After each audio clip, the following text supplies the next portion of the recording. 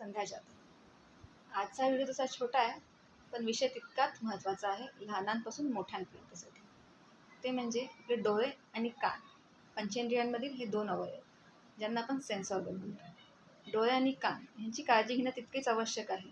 आता उन्हाळा येतोय, उन्हाळ्यामध्ये डोळ्यांची साथ, लहान मुलं जास्त थंड खातात, सर्दी होते, मग कान दुखतो, अशा गोष्टी होतात। अशा वेळेस पाहण्यात आलं जेव्हा डॉक्टर्स OPDमध्ये तुम्हाला प्रिस्क्राईब करतात काही आय ड्रॉप्स, इयर ड्रॉप्स, आणि तुम्ही मेडिकलमध्ये जाऊन ते आय ड्रॉप्स, इयर ड्रॉप्स घेतात, बॉटल बघता, असं वाटतं अरे ही तर औषध आपल्याकडे घरी आहे, का नवीन बॉटल विकत घ्या, का नवीन आय ड्रॉप्स विकत घ्या। तर तेच यूज करूया, आणि पेशंट ते विकत घेत नाहीत आणि घरचे जे आय ड्रॉप्स, इयर ड्रॉप्स आपल्याकडे आहेत ते वापरतात। ते विचार करतात ह्याची तर एक्सपायरी अजून 1 वर्ष लांब आहे, तेच वापरूया। तर हे कितीपत योग्य आहे?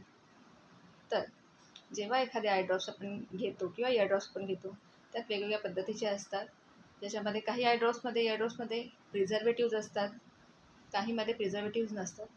तर हे जे प्रिझर्वेटिव्ज असलेले आय ड्रॉप्स आहेत किंवा इयर ड्रॉप्स आहेत, ते आपण जास्तीत जास्त 1 महिना वापरू शकतो।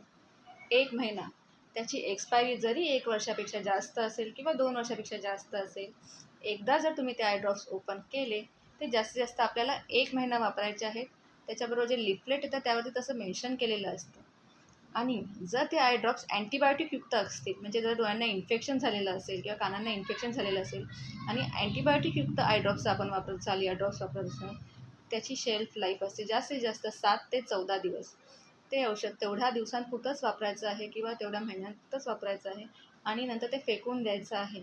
ते आपल्याला परत वापरायचं नाही। प्रत्येक वेळेस जेव्हा डॉक्टर प्रिस्क्राईब करतात तेव्हा नवीन आय ड्रॉप्स घ्यायचे आहेत, नवीन इयर ड्रॉप्स विकत घ्यायचे आहेत। डोळ्यांची काळजी घेणं तितकंच महत्त्वाचं आहे। जेव्हा एखादा आय ड्रॉप्स आपण ओपन करतो, इयर ड्रॉप्स आपण ओपन करतो, त्याच्यावरती आपण ओपन करताना आपल्या नकळत आपला हात त्या टिपला लागतो, किंवा आपण ते डोळ्यात टाकताना किंवा कानात टाकताना अचानक कानाला ते टच होतं टीप, आणि इन्फेक्शन जास्त पसरण्याचे चान्सेस असतात।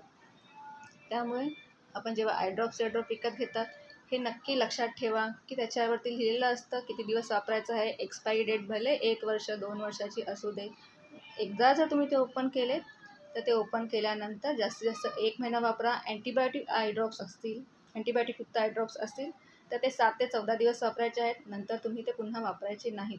2 महिन्यांनी परत वापरतो, 3 महिन्यांनी परत वापरतो, डॉक्टरांनी प्रिस्क्राईब केलं आहे, हे अत्यंत चुकीचं आहे। इन्फेक्शनचे चान्सेस जास्त असतात, औषधाचा इफेक्टिव्हनेस कमी होतो, त्यामुळे तुम्हाला त्याचा योग्य उपयोग होत नाही। तर ही गोष्ट नक्की लक्षात ठेवा, आणि जर तुम्हाला हा व्हिडिओ आवडला असेल तर तुमच्या परिजनांपर्यंत हा व्हिडिओ पोहोचवा। धन्यवाद।